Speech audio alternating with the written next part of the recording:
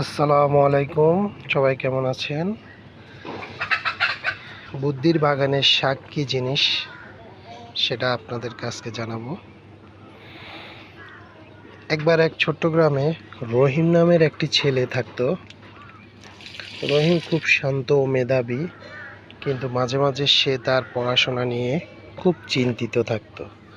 মন অস্থির হয়ে যেত। গ্রামের এক বৃদ্ধ লোক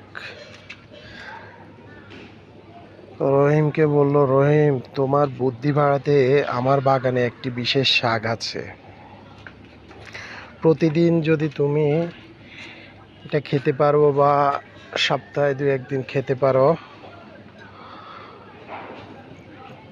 তাহলে তোমার বুদ্ধি বাড়তে পারে। আমার বাগানের রহিম বৃদ্ধের কথা মেনে নিল। সে প্রতিদিন ওই শাকগুলো নিয়ে খাবার বানিয়ে খেতে শুরু করলো। কিছুদিনের মধ্যেই সে লক্ষ্য করলো তার শান্ত হয়ে যাচ্ছে মন, পড়াশোনায় আরও ভালো মনোযোগ দিতে পারছে। কিছু মাস পর রহিম গ্রামের সেরা ছাত্রে পরিণত হলো। সবাই তার গুণে মুগ্ধ হয়ে গেল, আর রহিম সেই শাকের গুণের কাহিনী সবাইকে বলতে লাগলো।